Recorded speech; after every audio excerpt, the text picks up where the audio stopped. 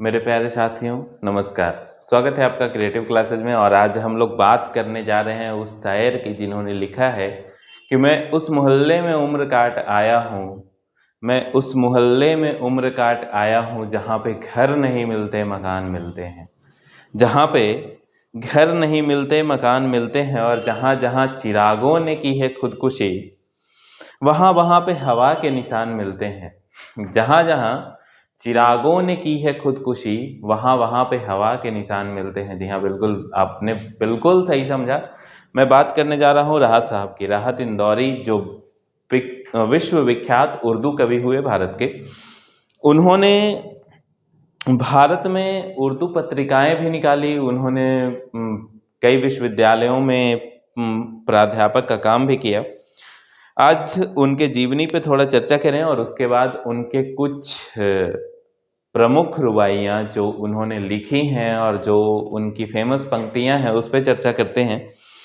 तो उर्दू शायर राहत इंदौरी का जन्म जो है वो 1 जनवरी 1950 को इंदौर में हुआ था और उनकी आरंभिक शिक्षा भी इंदौर के नूतन स्कूल से हुई थी। आरंभिक शिक्षा प्राप्त करने के बाद ये डिग्री हासिल करने के लिए इंदौर विश्वविद्यालय में जाते हैं और वहाँ से पीएचडी डिग्री हासिल करने के बाद कुछ साल तक वहीं पढ़ाते हैं। उसके बाद राहत इंदौरी का जो है मुशायरों का सिलसिला शुरू हुआ और उसके पहले उन्होंने एक संपादकीय में काम किया और साखें नाम से त्रैमासिक पत्रिका निकालते हैं। साखें नाम की पत्रिका निकालते हैं जिसमें वो 10 वर्षों तक काम करते हैं। और वो पत्रिका जो है वो 3 महीने पर हमेशा निकलती थी।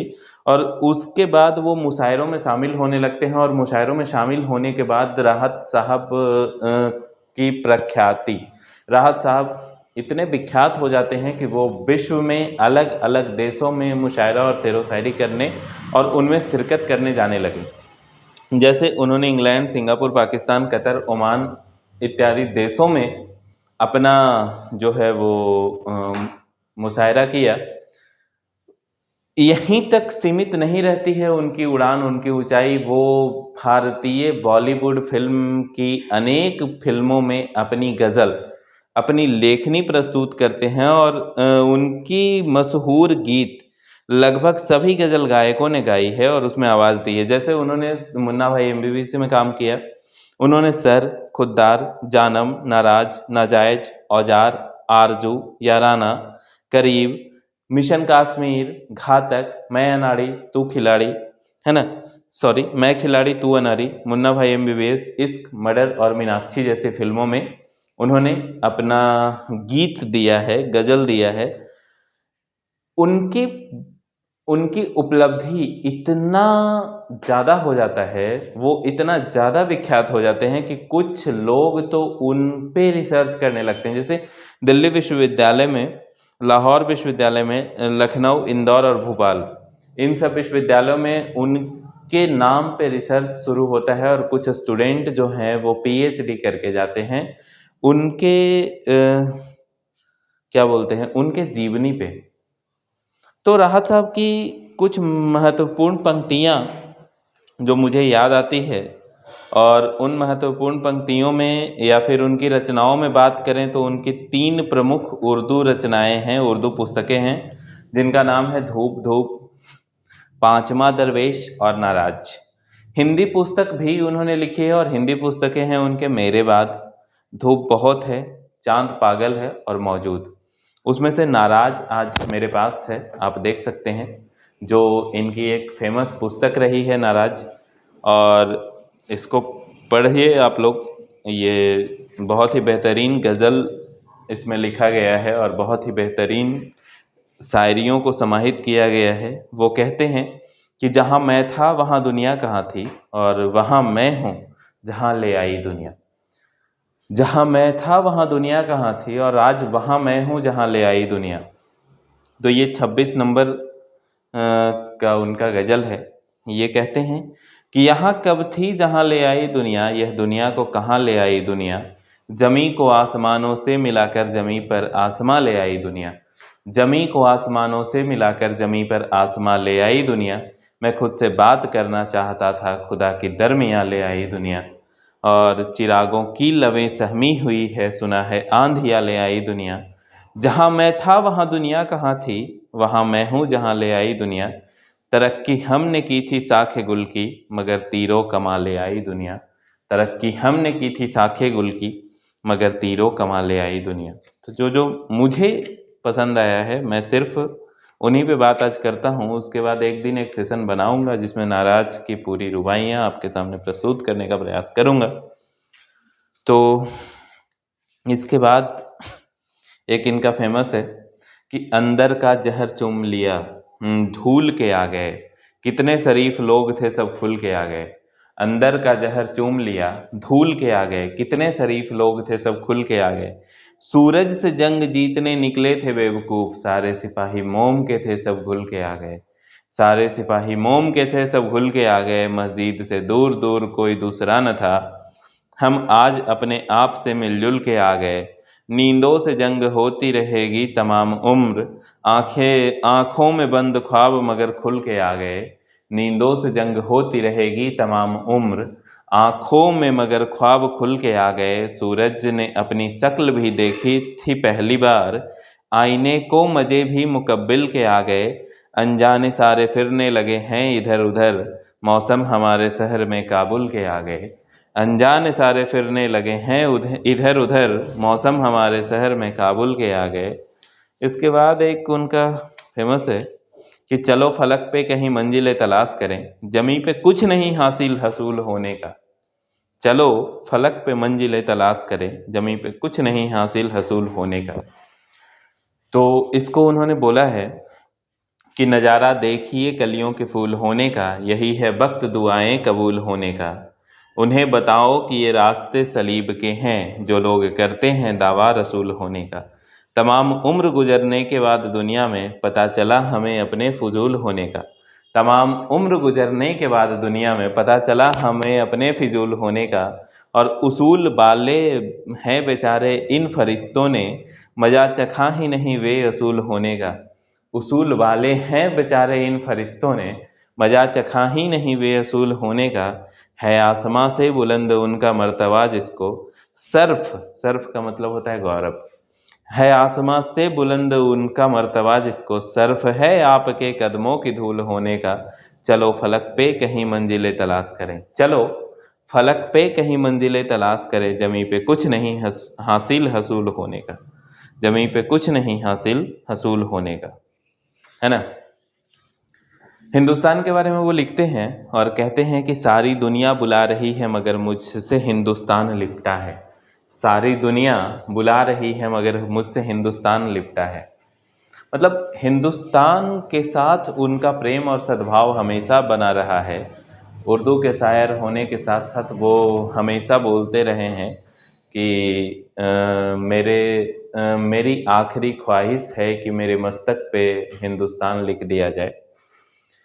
तो वो मेरे पेशानी पे, वो कहते हैं कि पाँव से आसमान लिपटा है, रास्तों से मकान लिपटा है। पाँव से आसमान लिपटा है, रास्तों से मकान लिपटा है। रोशनी है तेरे ख्यालों की, मुझसे रेशम का थान लिपटा है। रोशनी है तेरे ख्यालों की, मुझसे रेशम का थान लिपटा है। कर गए सब किनारा कश्ती से, सिर्फ एक बादबान लिपटा है।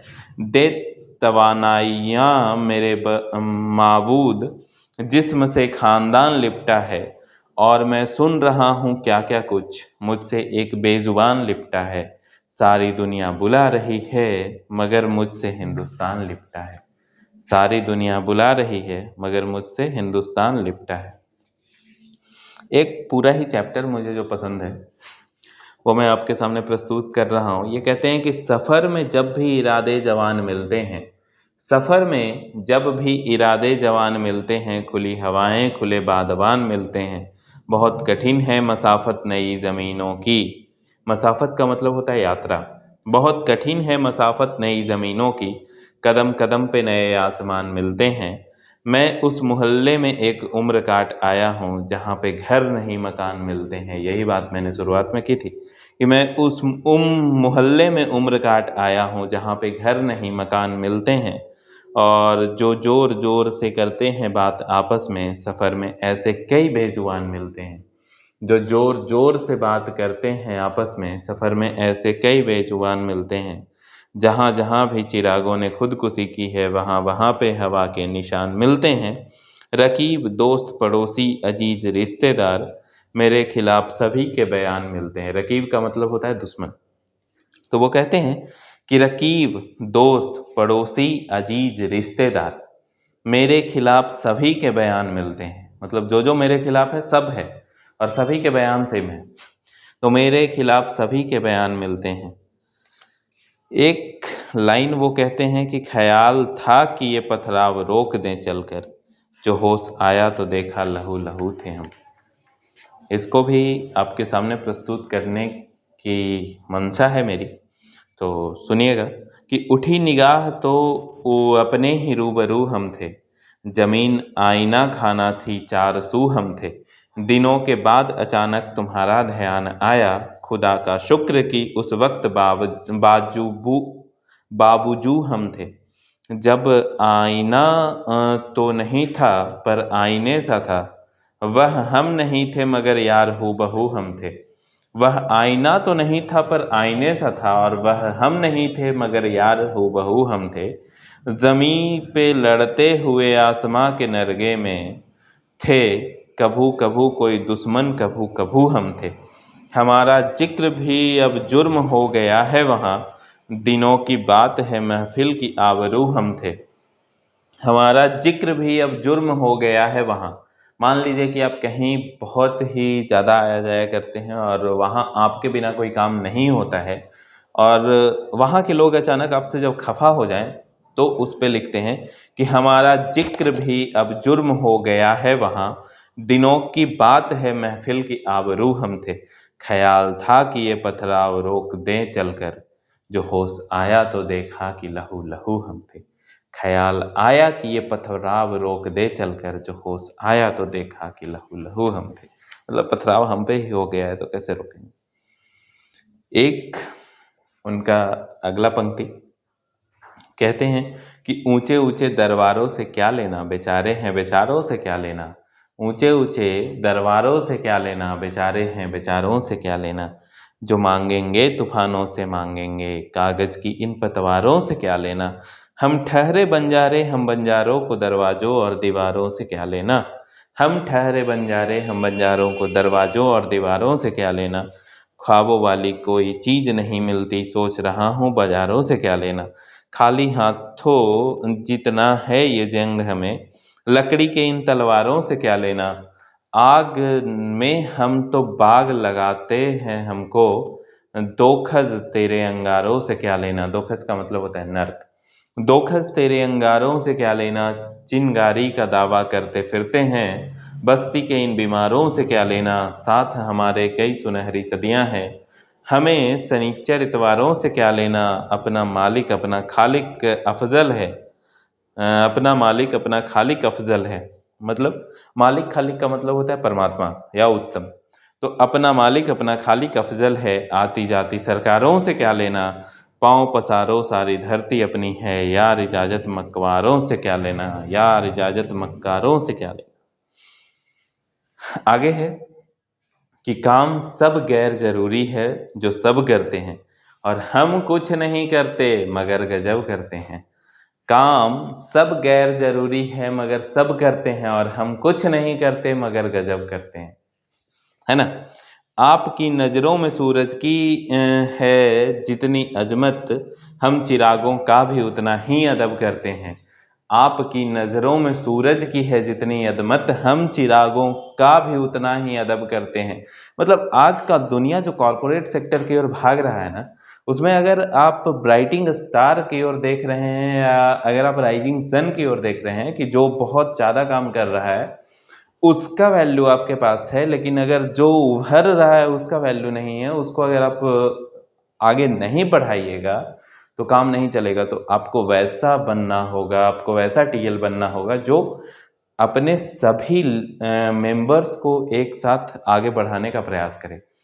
और अगर कोई उभर रहा है, किसी को नॉलेज कम है, या किसी को आपके सिस्टम के बारे में जानकारी कम है, तो आप उसको उस तरीके से उभारने का प्रयास कीजिए। और उसका भी अदब कीजिए।